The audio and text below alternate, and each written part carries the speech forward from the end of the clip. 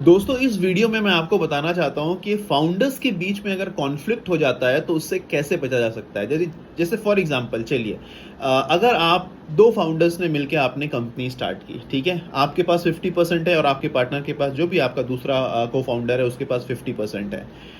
और 1 महीने 2 महीने के बाद आपको पता चलता है कि उसे काम करने का मन नहीं है, या फिर उसे कुछ और चीज़ में इंटरेस्ट आ गया, या उसने जानबूझ के बस शेयर लेने के लिए आपके साथ वो आया। अब उसको शेयर मिल गया तो, लेकिन अब काम नहीं करना चाहता। बट प्रॉब्लम ये है कि 50% तो उसके पास है, वो सेकेंडरी मार्केट में उसे बेच के पैसा कमा सकता है और बिना कुछ मेहनत किए।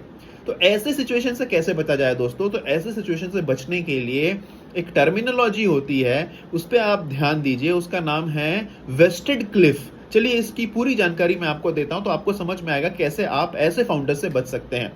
तो दोस्तों, वेस्टेड क्लिफ का मतलब ये होता है कि पहले क्लिफ पे आते हैं। क्लिफ का मतलब होता है कि ये कुछ सालों तक होता है। ये 1 साल का भी हो सकता है, 2 साल का भी हो सकता है, 3 साल का भी हो सकता है। जनरली ये 1 साल का होता है। मतलब 1 साल तक फाउंडर, कोई भी फाउंडर, उसके ऊपर अगर 1 साल का क्लिफ लगा है तो 1 साल तक उसे एक भी इक्विटी उसके अकाउंट में नहीं आएगी।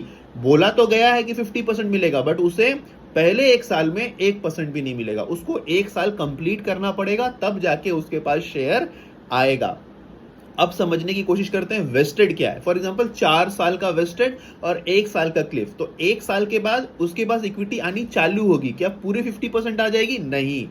50% मतलब जो 50% उसके पास है उसका 4 साल है, मतलब 4 साल को अगर आप देखेंगे तो हर साल 25%, तब जाके 25 25 25 25 मतलब 100 होता है। तो 50% का 25% कितना होता है दोस्तों?